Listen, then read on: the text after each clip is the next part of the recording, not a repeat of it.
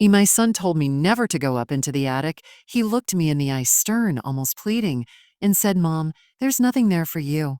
But the way he said it, the way his hand lingered too long on the banister as if guarding the stairs, told me everything. There was something. There was something. Something he didn't want me to find. I pause, looking at your young faces glowing in the lamplight. I can hear the soft ticking of the clock on the wall, steady as my heartbeat once was in the days I chased after secrets instead of children. Instead of children. I continue. A mother can tell when her child is hiding something. Doesn't matter if he's a 5-year-old boy stealing cookies or a grown man trying to bury the past. Their shoulders tighten, their voices go low, their eyes avoid yours. I raised him. I knew the signs. The attic had always been a quiet ghost above my head, a place I'd left alone out of respect. This was his house, not mine. After your grandfather passed and my health started to sway like a tree in heavy wind, my son invited me to live here. He gave me the guest room downstairs, the one with the big window facing the maple tree. I told myself I didn't need to know what he kept in those dusty rafters, but that night, the night everything changed, I couldn't sleep. The air had that strange stillness, as if even the crickets had lost their voices. I lay in bed listening to the silence pressing against my ears, and I thought about his warning. There's nothing there for you. Why would he say it like that? Not, it's just storage, Mom, or don't worry about it. There's in there. No, he'd made it sound like danger. Like a door I wasn't supposed to open. And you know what curiosity does. It digs its claws in until you can't breathe without scratching at it. So I got up.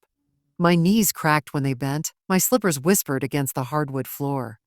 The house felt colder than usual, like someone had opened a window I couldn't see. I told myself I'd just peek, just prove there was nothing, and then go back to bed. But as I touched the first step of the staircase, a memory swept through me so sharp it nearly stole my breath. It was the memory of another staircase. I was 12 years old, standing at the bottom of my father's basement stairs. He'd said the exact same thing to me once, stay out. There's nothing there for you. But children don't listen any better than mothers do. I went down anyway. I saw bottles and papers and a photograph of a woman who wasn't my mother. That was the night I realized families are built on layers of silence. So you see, when my son repeated those words decades later, it was like history knocking at the door again. I climbed, slowly, carefully, cheerfully. Each step groaned under me like it wanted to betray my presence. The air grew warmer as I reached the landing, thick with the smell of wood and dust. My hand trembled on the pull cord of the attic door, and for a moment, I nearly stopped. But then I remembered his eyes, my boy's eyes, when he warned me. They weren't just firm. They were scared. And if there was fear, there was truth. The latter unfolded with a shriek, and I pulled myself up, bone by bone, breath by breath, by breath. What I saw first wasn't frightening, just boxes, old furniture draped in sheets, a trunk that looked like it had traveled across oceans. But then I noticed the smell.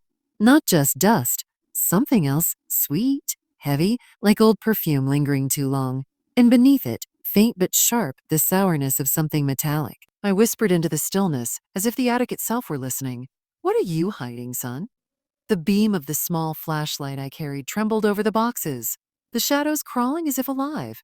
That's when I saw it, a stack of notebooks, tied with string, sitting neatly on top of the trunk. They weren't shoved aside or forgotten, they were waiting. And something in me knew they weren't mine to open. But mothers can't help themselves. I touched the string, and in that moment, I swear I heard his voice in my head. Mom, please, don't. The string loosened with the gentlest tug. The first notebook fell open in my lap, and I read the first line under the flashlight's trembling glow. It was my handwriting. My breath caught. My throat closed, because there on that yellowed page were words I had written when I was a girl. Pages I thought were burned long ago, hidden from anyone's eyes forever. And in that instant, I knew my son had lied. The attic wasn't his secret. It was mine. I pause again now, watching you shift uncomfortably. Maybe you're wondering if I dreamed it, if old age had mixed my memories into ghosts. But no, children. My hands shook too violently for that to be imagination. The ink, faded though it was, carried the loops of my hand, the tilt of my letters. I whispered out loud, how did he get these? The air in the attic seemed to press closer, as if the walls themselves leaned in to hear the answer. And then I heard the sound that made me freeze entirely. Footsteps on the stairs. Mom, my son's voice, low, hesitant. What are you doing up there? I wanted to slam the notebook shut to pretend I'd found nothing. But it was too late. He climbed the last steps, his shadow spilling into the attic before he did. His face appeared in the narrow light, pale, tight-jawed, as if he'd caught me with a knife in my hands. Why do you have these? My voice cracked, holding up the notebook like an accusation. He didn't answer. He only looked at me, then at the book, then back at me again. His mouth opened and closed like words were breaking against his teeth. Finally, he said the quietest thing I'd ever heard him say. Because I thought if you remembered it might break you. I'll stop here tonight. My throat is tired, and the memories are heavy. But if you want to know the rest, if you really want to understand why your father hid those notebooks in the attic, then tomorrow I'll tell you what I wrote in them all those years ago and why I thought they were lost forever. And maybe, just maybe, you'll understand the kind of silence this family has carried for generations. The next morning, I couldn't escape his eyes. He sat across from me at the kitchen table, his coffee cooling untouched, his hands wrapped around the mug as if warmth alone could anchor him. I sat with my tea, the steam curling between us like a fragile veil. We were two people bound by blood, staring at each other with decades of silence piled on the table. Finally, I spoke. You kept them. He didn't answer right away. His jaw tightened, his gaze flicking to the window where the maple leaves shivered in the wind. Then he said softly, I couldn't throw them away. Not after I found them. Well, where? My voice cracked. Where did you even, how did you, they were in Grandpa's old chest, he interrupted, still not looking at me. Down in the basement. After he died, I was clearing things out. I thought it was just paperwork, old bills. And then I found the notebooks. Your notebooks, your notebooks. My throat went dry. The tea cooled in my hands. I burned them. I remember it. I lit the match myself. He looked at me then, really looked, his eyes so much like his father's it made my chest ache. Not all of them. The room spun. I had lived more than 70 years, raised children, buried a husband, watched the world change around me, but nothing could have prepared me for the sight of those notebooks in my son's hands. Words I had once scrawled in the reckless hunger of youth, never meant for another soul. Will you hide them in the attic? I asked. Because they weren't mine to read. But they weren't mine to destroy either. I thought. He faltered, dragging a hand through his hair. I thought one day you'd want to face them. But when you moved in, when I saw you settling here, I realized maybe they just hurt you. So I kept them away. For your sake. For my sake. I wanted to be angry. I wanted to shout at him for deciding what I could and couldn't handle. But beneath the fire was something else. Fear. Because if he had read even a page, if he knew what I had written, then he knew a part of me I had buried so deep. I pretended it never existed. Did you read them? I asked, voice trembling. His silence was answer enough. That night, long after he'd gone to bed, I sat in my room with one of the notebooks open on my lap. The handwriting was my own, though the girl who wrote those words felt like a stranger. He told me I was his little secret, that no one could know, that love this powerful would be ruined if it saw daylight. My hands shook so violently, I almost dropped the book. The ink swam before my eyes. I remembered the feel of that pen in my hand, the rush of writing every word because I had no one else to tell.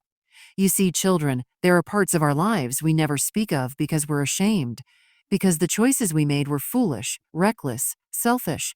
But shame doesn't erase truth. It only locks it in a room until one day the door creaks open again. I was 15 when I started writing in those notebooks. 15, and in love with someone I should never have been near. His name was Thomas. He was older, far older, and he wasn't mine to love. He was married, with children, with a reputation in town.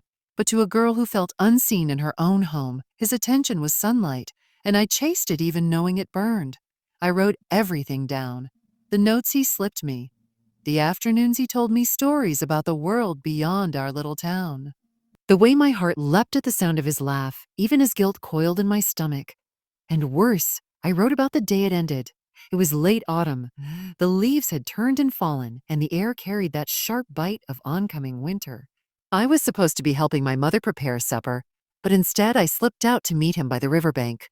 He was quiet that day, his eyes darted, his hands restless. When I asked what was wrong, he said only one thing. My wife knows. The world seemed to stop and to stop. The river moved, the wind rustled, but I was frozen. She knows, he said again. And if anyone else finds out, it'll destroy us both. I begged him. Oh, how foolish I was. I begged him not to end it, not to leave me standing there with nothing but the cold. But he was already walking away. I wrote all of it down that night, my tears smudging the ink. And when I finished, I promised myself I'd never open those pages again. Weeks later, in a fit of terror that someone would discover them, I took the stack of notebooks out behind the barn. I lit a match.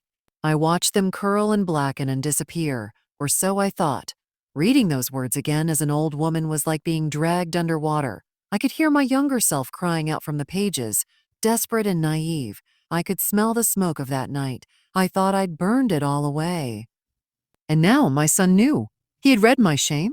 The next day he came to me again. His voice was gentle, but his eyes were fierce.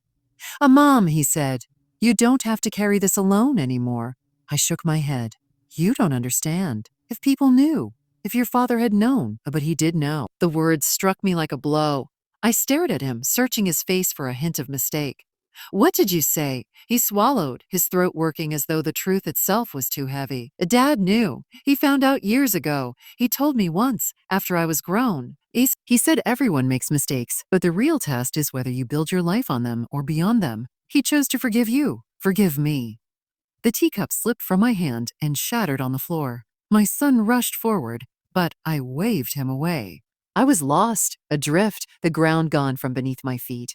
Your grandfather, your steady, quiet grandfather, had known all this time, and he had never once spoken up. I felt the walls of the house close in, as though the attic itself pressed its weight down on me.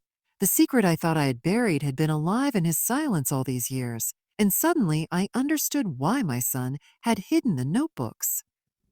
Not just to protect me, but to protect the fragile truth that had held our family together. Forgiveness unspoken, but lived. That night I sat alone in the dark, the notebook on my lap, my hands trembling. Why did you forgive me? I whispered into the emptiness, as if your grandfather could hear. Owuti, why didn't you say anything? Why did you let me believe? The only answer was the tick of the clock and the hum of the refrigerator. But in the stillness, I felt him there, the way I used to feel him slip his arm around my shoulders without a word. Maybe silence had been his forgiveness all along. The pages stared at me. They demanded more than silence. They demanded I finally tell the truth. And so here I am tonight, children, speaking it aloud. Because secrets rot in the dark, and if you don't face them, they'll creep into your attics and wait for someone else to stumble upon them. What you don't know yet, the part that still keeps me awake, is that the notebooks didn't just hold my words. They held something else. Something I had forgotten I tucked away inside. And when I turned the page, I found the photograph. It slipped out from between the pages like it had been waiting all these years. A small black and white photograph, edges curled, faintly yellowed.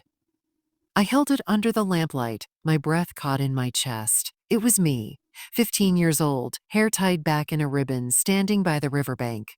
My eyes wide and shining with a mixture of fear and something I can only now admit was love. Beside me stood Thomas. His hand wasn't on my shoulder.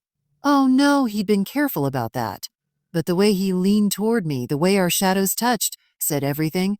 I nearly dropped it. Dear God, I whispered. My pulse thudded so loud it drowned the silence of the room.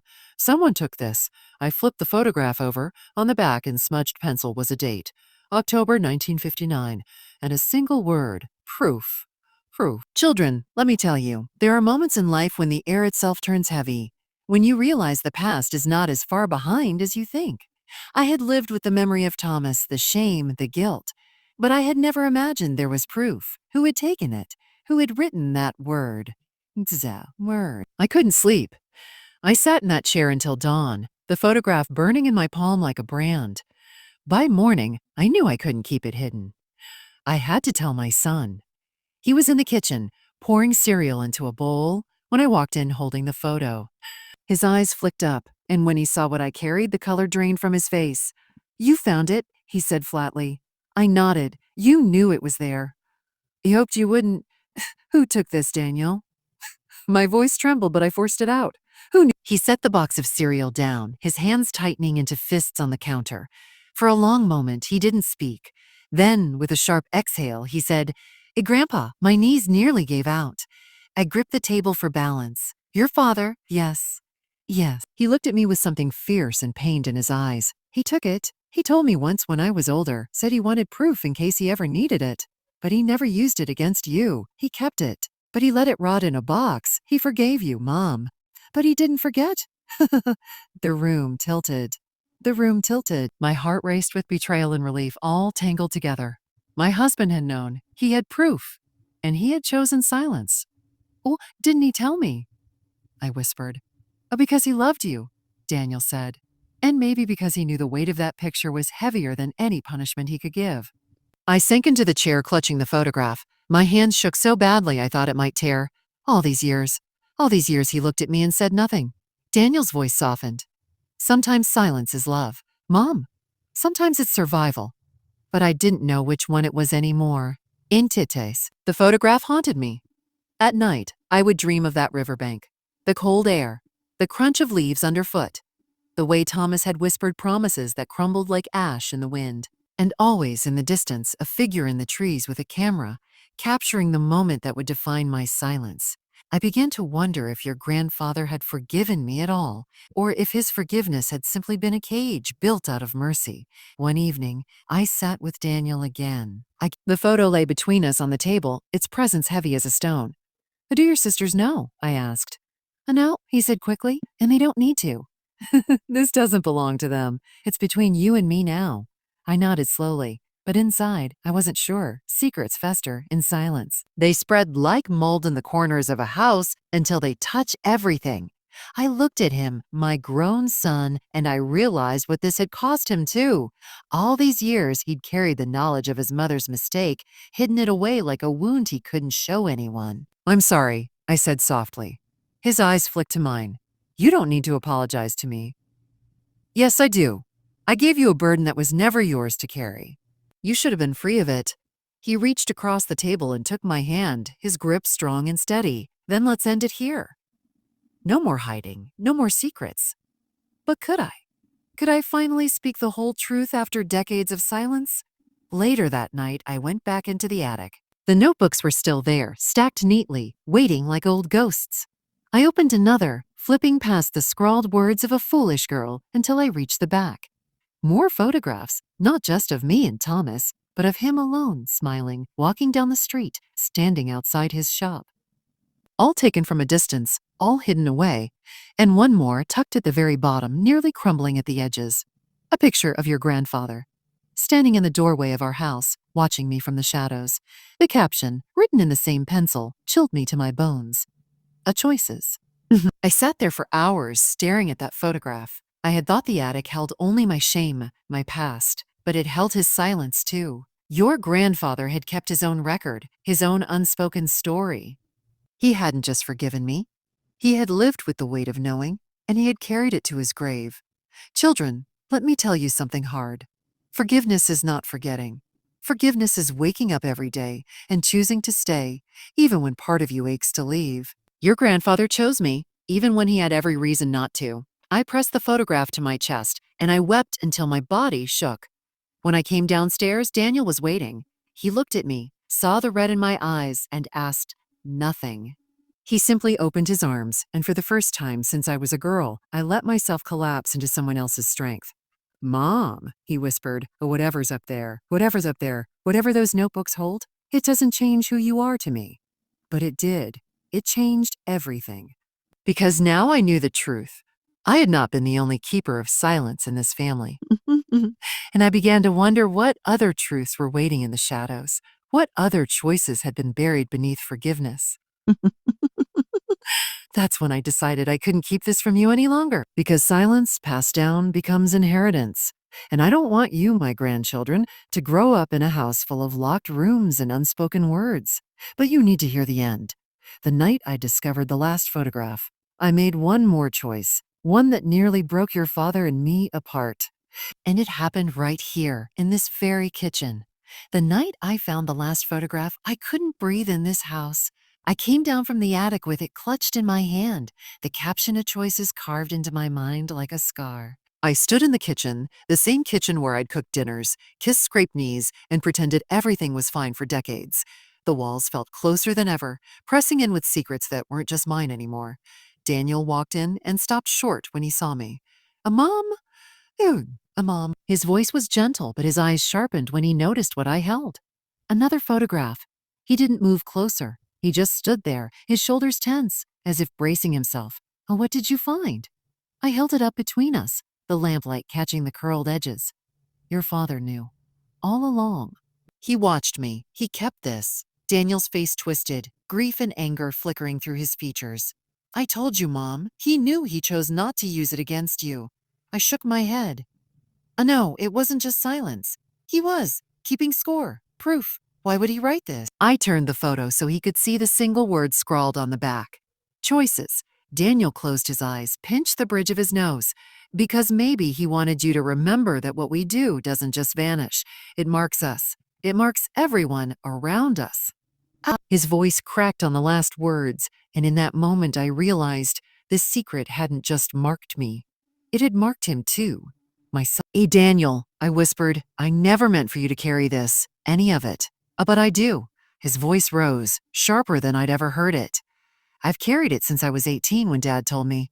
Do you have any idea what that did to me? To know the truth about my own mother? To keep it locked inside while you sat at the table smiling like nothing happened. The words struck me like blows. My knees wobbled, and I gripped the edge of the counter to steady myself. I thought I was protecting you, protecting me. His laugh was bitter, hollow. You protected yourself. You buried it and left the rest of us to live in the shadow. For the first time, I saw my son not as a boy, not as a man trying to shield me, but as someone who had been hurt by my silence. Tell me how to make it right. He looked at me for a long time, his jaw tight, his eyes glassy. Then he whispered, be honest. Finally, stop pretending, stop hiding, speak the truth. So here I am, speaking it now. Children, your grandfather knew, your father knew, and now you know. You know. I made a choice when I was young, a selfish choice, and I spent my whole life trying to bury it. But choices don't stay buried. They seep through the floorboards, they wait in attics, they pass from parent to child like invisible heirlooms. Your grandfather chose silence, and maybe that was his form of love. Your father chose protection, and maybe that was his. And now I choose something different. I choose truth, because I don't want you to inherit silence. The night after that fight in the kitchen, Daniel and I sat together again. The anger between us had cooled into something ruer, quieter. He brought me a blanket, set it over my shoulders, and sat across from me without a word. After a long time, I said, your father was a good man, better than I deserved. Daniel's eyes softened. He loved you. That was enough for him. But it wasn't enough for me, I whispered. I kept this secret, thinking it was strength, but strength without honesty is just fear wearing armor. He nodded slowly, his gaze steady on mine. Then let it end with you. Don't let us keep carrying it. And so I burned the notebooks. For real this time. Together, we carried them out to the backyard. The night was still, the air crisp. I struck the match, and we watched the flames devour the pages. My words, my shame, my ghost of a younger self. The fire crackled, sparks rising like stars, and for the first time in decades, I felt lighter. When the last page curled into ash, Daniel turned to me. His eyes shone in the firelight. Oh, Mom, he said, thank you. I took his hand, and though no words could erase the years of silence, I knew this moment planted something different. Truth, maybe even healing. Now I tell you, my grandchildren, not because I want your pity, but because I want you to understand something. The worst thing you can pass down isn't failure, or mistakes, or even heartbreak. It's silence. Families survive truth. They survive pain. But they don't survive lies that rot the foundation. Your grandfather loved me in silence. Your father protected me in silence. But I will not love you in silence. I will love you in truth. So if there's one thing you remember from this story, let it be this. Don't lock your choices away in attics. Don't let secrets do your speaking for you. Face them, own them, forgive them, because silence is a prison and truth is the only way out. The clock ticks on the wall now, steady as breath. The house is quiet, but not the kind of quiet that weighs like a stone. It's a gentle quiet, one that comes after storm winds have passed. I look at you, your faces, your bright young eyes, and I feel something I haven't felt in a long time hope. Because maybe by telling you this, I've broken the chain. Maybe you won't inherit my silence. Maybe you'll build something stronger on the truth.